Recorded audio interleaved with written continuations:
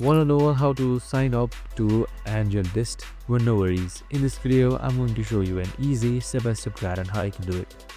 So first thing first, you can just simply open up AngelList.com on your web browser. Just simply towards your favorite web browser and type in AngelList.com. This should open up the AngelList website. So it should look something like this. Now, in order to sign up, on the top right side, you should be seeing sign in right here. Just simply click that. So now once you've clicked the sign in here, you should be seeing various options that you can choose from. So you can just simply sign up by selecting this right here, or you can also sign in with Google or X. So you can just simply check in one of these and then Google will open up and you can just simply easily sign in just like this right here.